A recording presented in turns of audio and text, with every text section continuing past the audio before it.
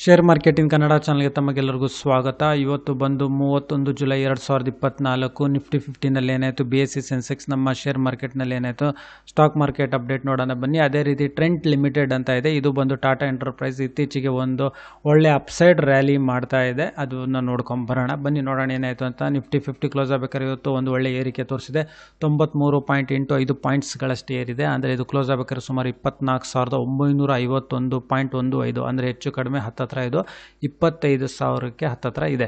ಅದೇ ರೀತಿ BSE ಸೆನ್ಸೆಕ್ಸ್ ಕೂಡ ಅಷ್ಟೇ ಸುಮಾರು 285.95 ಪಾಯಿಂಟ್ಸ್ಗಳಷ್ಟು ಏರಿಕೆ ಆಗಿದೆ. ಅಂದರೆ ಇವತ್ತು ಕ್ಲೋಸ್ ಆಗಬೇಕಾದ್ರೆ ಸುಮಾರು 81,741.34 ಪಾಯಿಂಟ್ಸ್ಗಳಿಗೆ ಇವತ್ತು BSE ಸೆನ್ಸೆಕ್ಸ್ ಕ್ಲೋಸ್ ಆಗಿದೆ.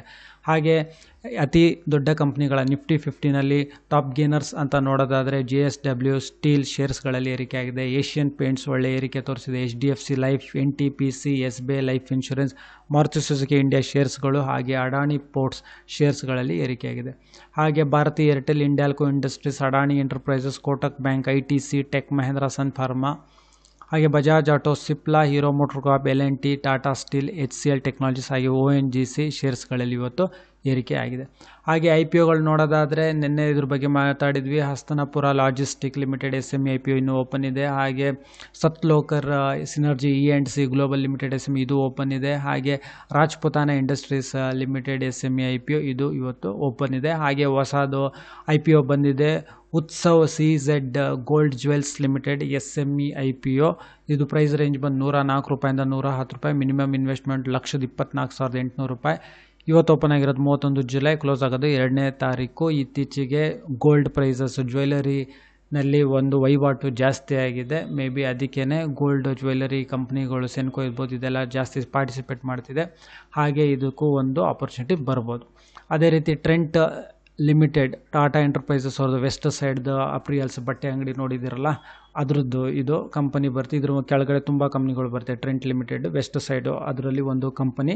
ಇದರದ್ದು ನಾವು ಶೇರ್ಸ್ನ ನಾವು ನೋಡೋದಾದರೆ 2019ರಲ್ಲಿ ಹೆಚ್ಚು ಕಡಿಮೆ 443 ರೂಪಾಯಿ ಇತ್ತು. ಇವಾಗ ಇದರದ್ದು ಪ್ರತಿಯೊಂದು ಶೇರಿನ ಬೆಲೆ ಬಂದು 5,849 ರೂಪಾಯಿ ಆಗಿದೆ. ನೋಡ್ಬೋದು, ಒಂದು ಒಳ್ಳೆ ರ್ಯಾಲಿ ಅಪ್ಸೈಡ್ನಲ್ಲಿ ಕೊಟ್ಟಿದೆ ಅಂತ ಹೇಳ್ಬೋದು. ಅದೇ ರೀತಿ ಇದು ಒಂದು ವರ್ಷದ ಕೆಳಗಡೆ 1,757 ರೂಪಾಯಿ ಹೆಚ್ಚು ಕಡಿಮೆ ಇತ್ತು. ಇವಾಗ ಇದು 5,849 ರೂಪಾಯಿ ಇದೆ. ಹೆಚ್ಚು ಕಡಿಮೆ ಇತ್ತೀಚೆಗೆ ಇದು ಒಂದು 10%, ಒಂದು ಶಾರ್ಟ್ ಟೈಮಲ್ಲೇ ಒಂದು 10% ಇನ್ಕ್ರೀಸ್ ಆಗಿದೆ, ಅಪ್ಸೈಡ್ ಆಗಿದೆ. ಇವತ್ತು ಒಂದು 4% ರಿಟರ್ನ್ಸ್ ಕೊಟ್ಟಿದೆ ಒಂದೇ ದಿವಸದಲ್ಲಿ. ಇದು ಮೇನ್ ಕಾರಣ ಹೇಳ್ತಾ ಇರೋದು, ಇದು ನಿಫ್ಟಿನಲ್ಲಿ ಏನು ಇಂಡೆಕ್ಸ್ ಏನಿದೆ ಅದರಲ್ಲಿ ಇದನ್ನು ಇನ್ಕ್ಲೂಡ್ ಮಾಡ್ತಾರೆ. ರೀಶಫಲ್ ನಡೆಯುತ್ತೆ ಸೆಪ್ಟೆಂಬರ್ನಲ್ಲಿ, ಇನ್ಕ್ಲೂಡ್ ಮಾಡೋ ಚಾನ್ಸಸ್ ಇದೆ ಅನ್ನೋದು ಇದಕ್ಕೆ ನಡೀತಾ ಇದೆ. ಹಾಗೆ ಇದ್ರ ಬಗ್ಗೆ ಓಲಾ ಬಗ್ಗೆ ಮಾತಾಡಿದ್ವಿ. ನೋಡೋಣ ಓಲಾ ಬಂದಮೇಲೆ ವರುಣ್ ಬೆವರೇಜಸ್ ಬಗ್ಗೆನೂ ಮಾತಾಡಿದ್ವಿ. ಸೊ ಈ ವಿಡಿಯೋ ನೋಡೋದಕ್ಕೆ ತಮಗೆಲ್ಲರಿಗೂ ತುಂಬ ಧನ್ಯವಾದ. ದಯವಿಟ್ಟು ವಿಡಿಯೋನ ಲೈಕ್ ಮಾಡಿ, ಶೇರ್ ಮಾಡಿ, ಕಮೆಂಟ್ ಮಾಡಿ, ಚಾನಲ್ ಸಬ್ಸ್ಕ್ರೈಬ್ ಮಾಡಿ. ತಮಗೆಲ್ಲರಿಗೂ ತುಂಬ ಧನ್ಯವಾದ.